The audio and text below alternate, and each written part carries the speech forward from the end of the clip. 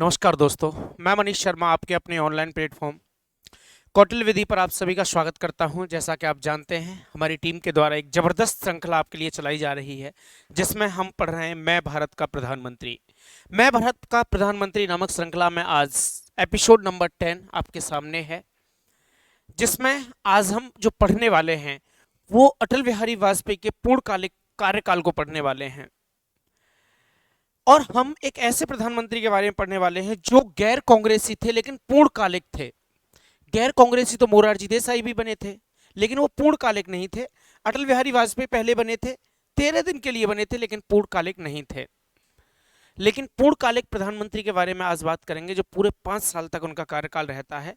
और भारत के प्रधानमंत्री अटल बिहारी वाजपेयी के बारे में बहुत जबरदस्त, जितने भी इनसे संभावित आपके प्रश्न पत्र में प्रश्न बन सकते हैं, उन सब पर बात करेंगे। जैसा कि आप देख पा रहे हैं, अटल बिहारी वाजपेयी 1998 से 2003, 1998 से 2003 का कार्यकाल नहीं है ये। 1998 से ये कार्यकाल था 2004 का।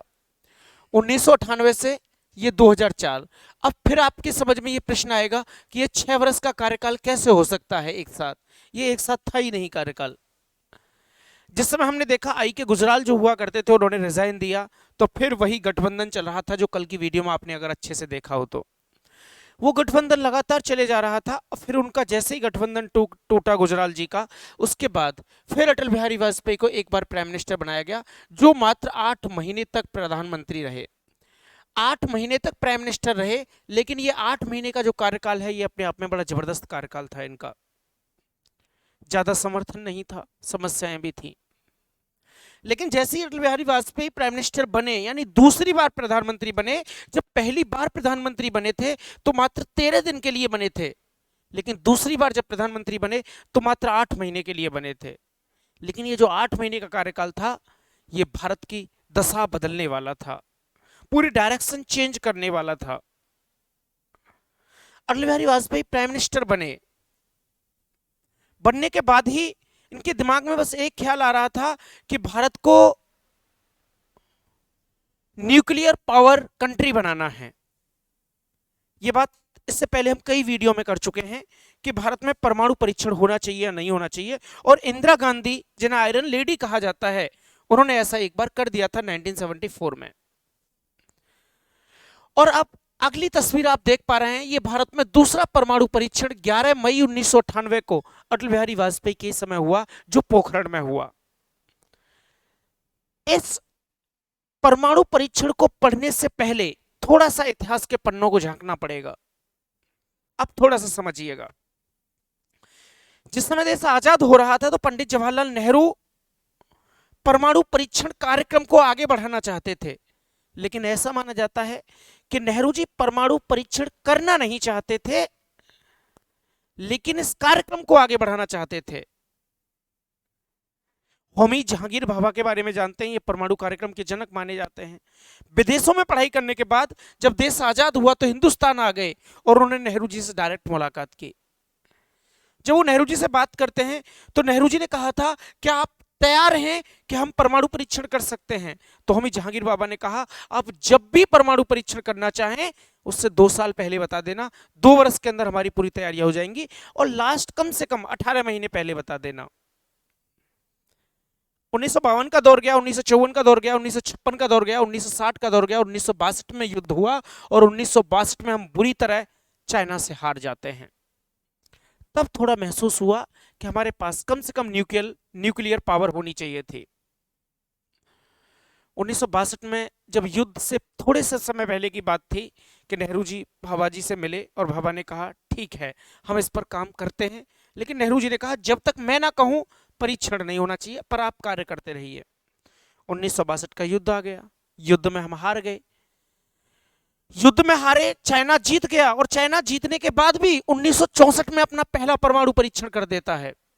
जो चाइना हमसे 2 साल बाद आजाद हो रहा है, वो 1964 में अपना पहला परमाणु परीक्षण कर देता है, और उन देशों में गिनती करा लेता है जिनके पास परमाणु हथियार थे। इससे पहले अमेरिका 1945 में अपना पहला परमाणु परीक्षण कर देता है, 1960 में रूस परमाणु परीक्षण कर देता है और 1964 में चाइना परमाणु परीक्षण कर देता है। लेकिन भारत में परमाणु परीक्षण की सिर्फ बातें चल रही थी कि हम न्यूक्लियर पावर बने या ना बने। नेहरू जी की मृत्यु हुई, लाल बहादुर शास्त्री जी आए। लाल बहादुर शास्त्री शुरुआत में बिल्कुल इसके पक्ष में नहीं थे, लेकिन एक प्रकार से जो जनसंघ हुआ करता था उसके दबाव में काम कर रहे थे और वो जनसंघ के कारण ही उन्होंने प्लान भी बनाया कि हाँ हम परमाणु परीक्षण करेंगे। और उन्होंने होमी जहांगीर भाभा से मुलाकात भी की और भाभा को फिर निर्देश दिया कि आप कार्य करते रहिए, हम बहुत जल्दी आपको इसकी तिथि निश्चित कर देंगे। जहांगीर भाभा तो एक कठपुतली बने बैठे थे, जो इतने बड़े साइंटिस्ट थे, अगर उन्हें एक भी बार मौका मिलता तो बहुत पहले भारत को न्यूक्लियर पावर कंट्री बना देते।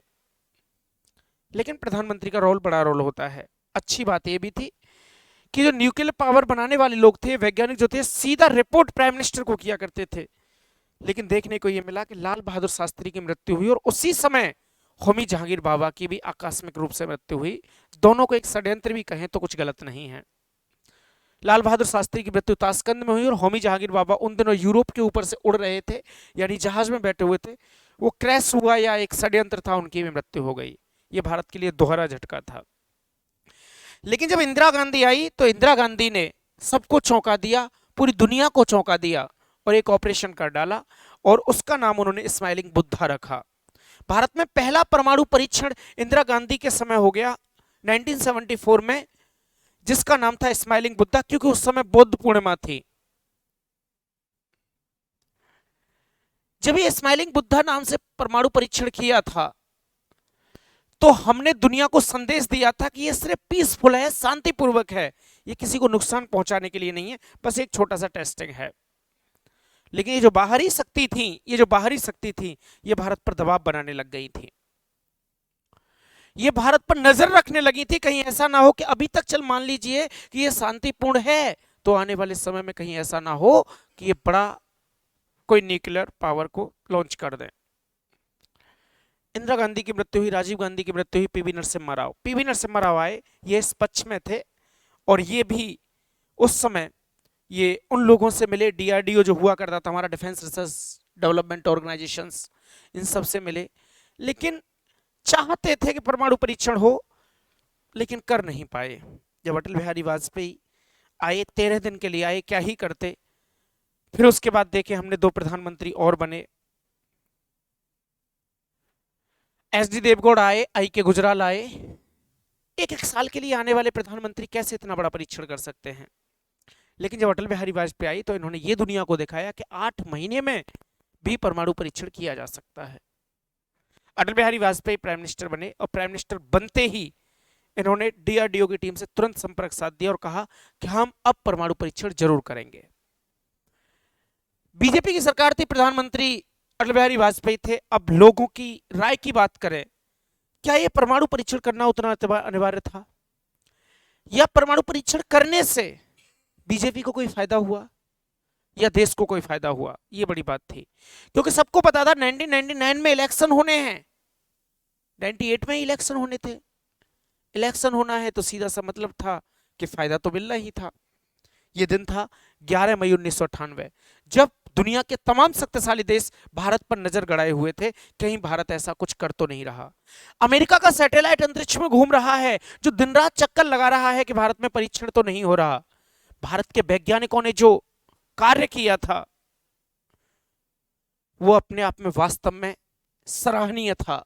जो साइंटिस्ट हुआ करते थे वो आर्मी के कपड़े पहनते थे, उनके अलग अलग कोड होते थे, अलग अलग नाम होते थे, दिन रात काम करते थे, दिन में बंकर के अंदर काम करते थे और रात में वो जमीन स्तर पर काम करते थे। सैटेलाइट ऊपर घूमता था ऐसे, फिर भी काम करते रहे। वो दिन आया 11 मई 1998। प्राइम मिनिस्टर अपनी सीएमओ के पास दिल्ली में बैठे हुए हैं। 3:45 को भारत ने दूसरा परमाणु परीक्षण बड़े अच्छे से सफलतापूर्वक लॉन्च कर दिया और दुनिया में भारत भी उन देशों में शामिल हो गया जिनके पास न्यूक्लियर पावर था। भारत ने दूसरा परमाणु परीक्षण किया और इसका नाम रखा ऑपरेशन शक्ति, इसका नाम रखा ऑपरेशन शक्ति। इसका जो नाम रखा गया, इसका नाम रखा ऑपरेशन शक्ति। पहला वाला था उसका नाम था स्माइलिंग बुद्धा, दूसरे का नाम रखा ऑपरेशन शक्ति। और भारत ने ऐलान किया कि अब आने वाले समय में हम परमाणु परीक्षण नहीं करेंगे।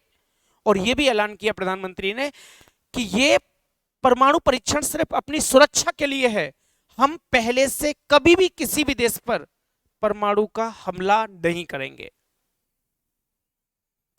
अमेरिका के राष्ट्रपति उस समय बिल क्लिंटन हुआ करते थे। ये जो बिल क्लिंटन थे हुआ करते थे, इन्होंने भारत पर उस समय बहुत से प्रतिबंध भी लगाए और पाकिस्तान तो बौखला ही रहा था। पाकिस्तान के प्रधानमंत्री नवाज शरीफ हुआ करते थे, पाकिस्तान तो बौखला ही रहा था। और आप यकीन मानिएगा कि भारत का परमाणु परीक्षण हो रहा है 11 मई को और पाकिस्तान ने अपना परमाणु परीक्षण कर दिया 18 मई को। ऐसे कैसे संभव हो सकता है? 11 मई को भारत का परमाणु परीक्षण हो रहा है और 28 मई यानी मात्र 17 दिन के अंदर परमाणु परीक्षण कर दिया पाकिस्तान ने। पाकिस्तान ने 28 मई 1958 को अपना परमाणु परीक्षण कर दिया।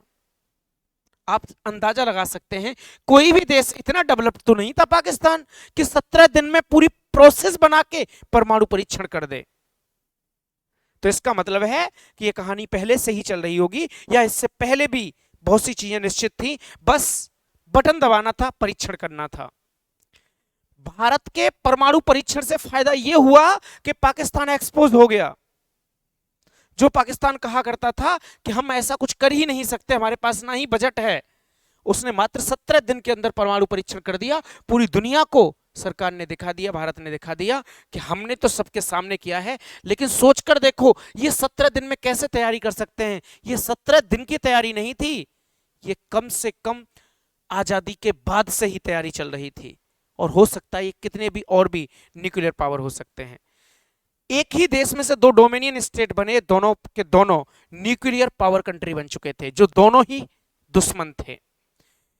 ये देश को तो नुकसान होता है, आम नागरिकों के साथ सोचकर देखिए, अगर किसी ने भी छोटी सी जंग छेड़ी और गुस्से में अगर क्रोध में आकर किसी ने भी एक बटन दबाया तो दोनों के दोनों देशों के पास न्यूक्लियर पावर है। विश्व युद्ध तो क्या, पूरी दुनिया अस्त व्यस्त होने का डर था। इलेक्शन हुए, इलेक्शन होने पर जैसे ही इलेक्शन होता है बीजेपी ने बाजी मार दी और अटल बिहारी वाजपेयी पूर्णकालिक प्राइम मिनिस्टर बने 1999 में, यानी 2004 तक रहेंगे। प्रधानमंत्री बन गए अटल बिहारी वाजपेयी। जैसे ही वाजपेयी बने, वाजपेयी जानते थे कि पड़ोसी जितना अच्छा होता है उतना ही देश के लिए अच्छा होता है, इसलिए उन्होंने पाकिस्तान के प्रधानमंत्री नवाज शरीफ से मित्रता करनी चाहिए और उन्होंने भारत और पाकिस्तान के मध्य एक बस सेवा शुरू कर दी। एक बस सेवा हुई, भारत पाकिस्तान बस सेवा शुरू हुई 1999 में। यह बस सेवा शुरू हुई और इस बस सेवा से यात्रा करने वाले पहले पैसेंजर खुद अटल बिहारी वाजपेयी बने। अटल बिहारी वाजपेयी खुद इस बस से गए और सीधे लाहौर तक गए, वहां इनका बड़ी जोर जोर से स्वागत किया गया। चर्चा का विषय परमाणु परीक्षण तो खत्म हो गया था, चर्चा का विषय कश्मीर था। वहां पर एक बड़ा एक प्रकार से कह सकते हैं एक मजाकी टाइप का इनका बयान हमेशा लोगों के दिल में रहता है। जब भी वहां प्रेस कॉन्फ्रेंस कर रहे थे तो किसी महिला पत्रकार ने कहा था, वाजपेयी जी अगर तुम कश्मीर को पाकिस्तान को दे दो तो हम तुमसे विवाह कर लेंगे। कश्मीर पाकिस्तान को दे दो, मैं तुमसे विवाह करने को तैयार हूं। बड़ी सुंदर पत्रकार रही होगी। तो अटल बिहारी वाजपेयी ने क्या जबरदस्त शब्द कहे थे, उन्होंने कहा था मैं शादी तो तुमसे कर लूंगा लेकिन दहेज में पाकिस्तान चाहिए। मतलब समझिए वो साहित्य के ज्ञाता थे। बड़ी जबरदस्त कहानी होती है ये। कुल मिलाकर ये यात्रा सफल रही और भारत और पाकिस्तान के बीच संबंध स्थापित करने के लिए बस यात्रा शुरू हुई। लेकिन पाकिस्तान इससे खुश नहीं था, वो दिखाने के लिए था दुनिया को कि हम भारत और पाकिस्तान मित्र हैं। भारत सरकार अपने तरीके से काम कर रही थी, सरकार को लग रहा था पाकिस्तान अब ठीक है, सब मित्र हैं, कोई दिक्कत नहीं है। लेकिन कुछ ही दिन गुजरे कि पाकिस्तान के 200 सैनिकों ने पीओके वाले क्षेत्र से भारत पर आक्रमण कर दिया। 200 पाकिस्तानी सैनिकों ने भारत पर आक्रमण किया कारगिल वाले क्षेत्र में। जैसे सर्दियों का समय होता है तो भारत की सेना सियाचिन वाले ग्लेशियर वाले क्षेत्र से और यहां से लौटा ली जाती थी पहले, लेकिन अब तो नहीं, अब तो रुकना पड़ता है। कारगिल वाला क्षेत्र था, 200 सैनिक, पाकिस्तान आर्मी के 200 सैनिक भारत पर आते हैं और 11 चौकियों को कंट्रोल में कर लेते हैं। 11 चौकी कंट्रोल में आ जाती हैं। भारतीयों को जब पता चला तो भारतीयों को लगा शायद ये आतंकवादी हो सकते हैं, पाकिस्तान की आर्मी नहीं आएगी क्योंकि हमारे साथ मित्रता चल रही है। 11 के बाद उन्होंने 50 चौकी पकड़ी, 50 के बाद 120 चौकियां कर दी और 120 के बाद लगभग 180 चौकियों पर, भारत की 180 चौकियों पर कब्जा कर चुके थे पाकिस्तान के लोग। जब पाकिस्तान के सैनिक 180 चौकियों पर कब्जा कर चुके थे तो उस समय भारत के सामने समस्या आई, अब भारत को आजाद कराना था। अटल बिहारी वाजपेयी तब तक इंतजार करते रहे कि चीजें बदलनी चाहिए, बदलनी चाहिए, बदलनी चाहिए, लेकिन चीजें बदल नहीं रही थी, पाकिस्तान मान नहीं रहा था। और उनका एक और प्रसिद्ध भाषण संसद में बड़ा अच्छा रहा जब उन्होंने भारत की सेना को पाकिस्तान पर आक्रमण करने के लिए निर्णय दे दिया, अपना जजमेंट फैसला दे दिया। उन्होंने संसद में अपने विरोधियों से भी कहा था और कहा था आज सबको जरूरत है, जो विपक्ष वाले थे सबको जरूरत है कि आज देश के साथ खड़े हो जाएं, चाहे पक्ष हो चाहे विपक्ष हो। जो देश की सीमाएं घिरी हुई हैं उन्हें आजाद कराना है। और उन्होंने एक बड़ी शब्द अच्छे बोले थे, द्वंद्व कहां तक पाला जाए, युद्ध कहां तक टाला जाए।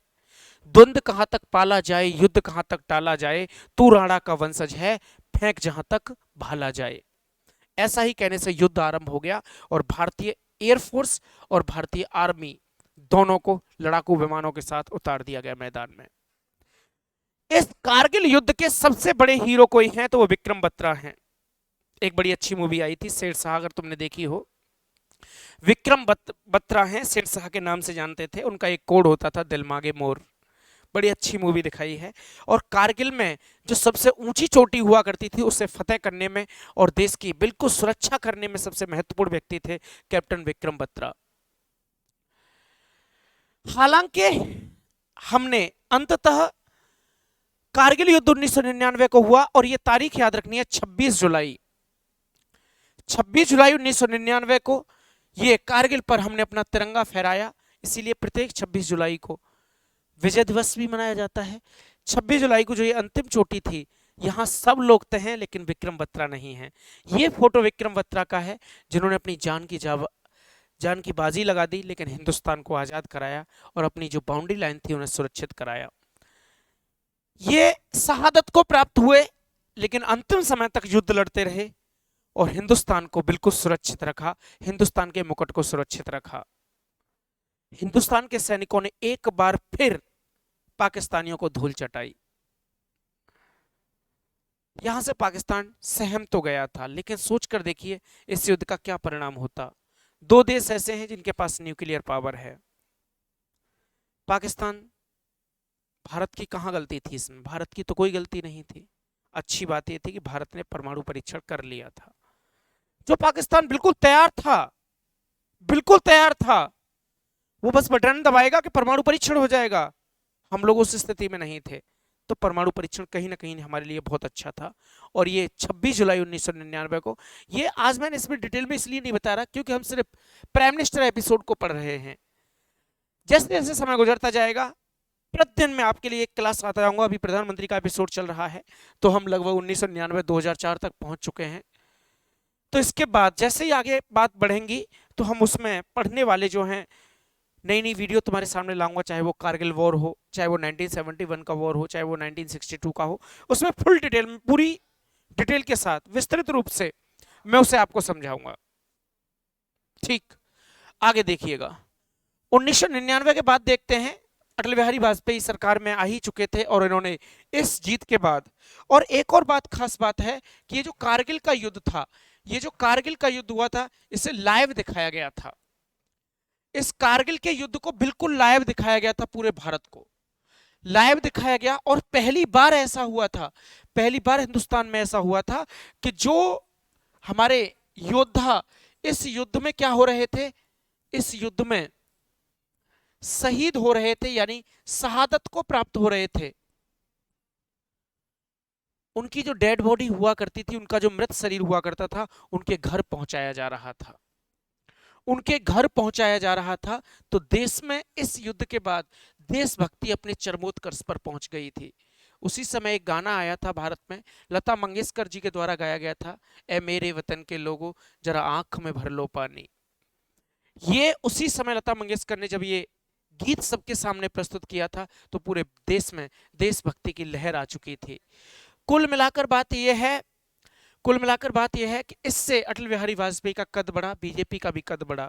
ऐसे ही कहानी चलती रही, चीजें बहुत अच्छी रही। अटल बिहारी वाजपेयी के समय एक 86वां संविधान संशोधन कराया गया संविधान में।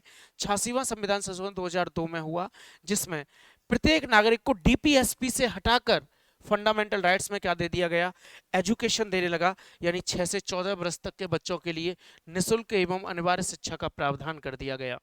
ठीक है, आज की क्लास को हम यही फिनिश करते हैं, अटल बिहारी वाजपेयी के बारे में जाना। कल जो अगला एपिसोड होगा वो भारत के अगले प्रधानमंत्री और भारत के पहले सिख प्रधानमंत्री होंगे, जिनका नाम होगा डॉक्टर मनमोहन सिंह। धन्यवाद। आपको वीडियो अच्छी लगे तो कमेंट जरूर करें। मिलते हैं अगले सेशन में सोमवार को। धन्यवाद। जय हिंद।